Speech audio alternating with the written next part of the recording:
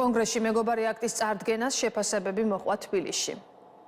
ჩვენი ამერიკელი პარტნიორების დახმარება თვალსაჩინოდ გამოჩნდა ამ მეგობარი აქტით.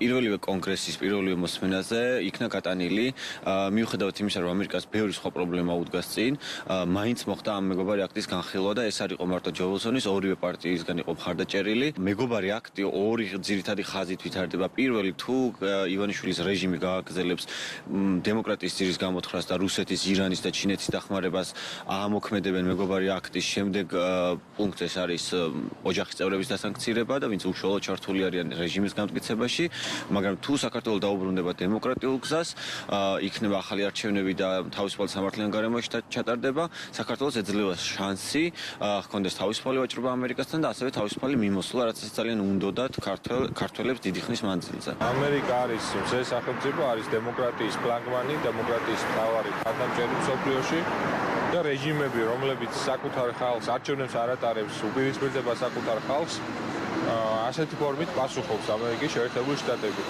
არ გაქვს დემოკრატია, ებრძვის საკუთარ ხალხს ძირს უთხრი დემოკრატიაზე.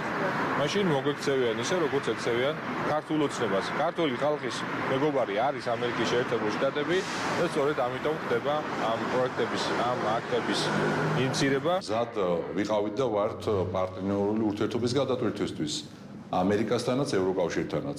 და ეს პერიოდი აუცილებლად დადგება 2025 წელს.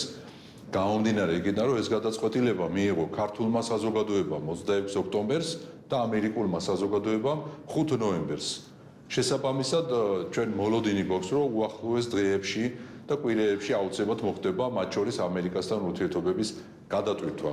რაც შეეხება ინდივიდუალურ მოქმედებებს, ნაბიჯებს, ეს იქნება საკანონმდებლო ორგანოში თუ ცალკეული თანამდებობის პირების განცხადებები, რა თქმა უნდა ეს აზიანებდა და აზიანებს პარტნიორულ ურთიერთობებს